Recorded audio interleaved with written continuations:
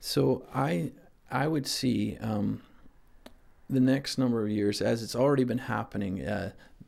Most folks aren't aware of their theological underpinnings. Their denomination means very little to them. That's a good thing, but it's also another weakness as well. One is people aren't maybe as thick or deep theologically as they perhaps should be. They need to have an understanding of why they think the way they think and why they think about God the way they do, and to kind of know where that comes from, and to be balanced with other Christians is really important. And so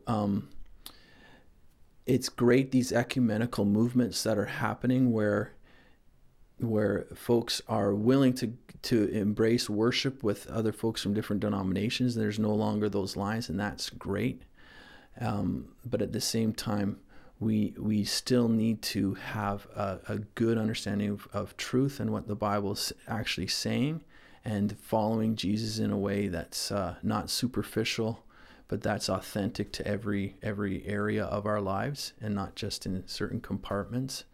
The way to keep each other accountable to that, though, is by creating authentic community, which includes accountability and tough love, in which we kind of, because we're so individualistic these days, we tend to just think that us and God, like I hear God best for myself, when really that needs to be tethered to each other. And we need to say to each other, hey, you may have thought that God said that to you, but I don't know if that quite lines up right now.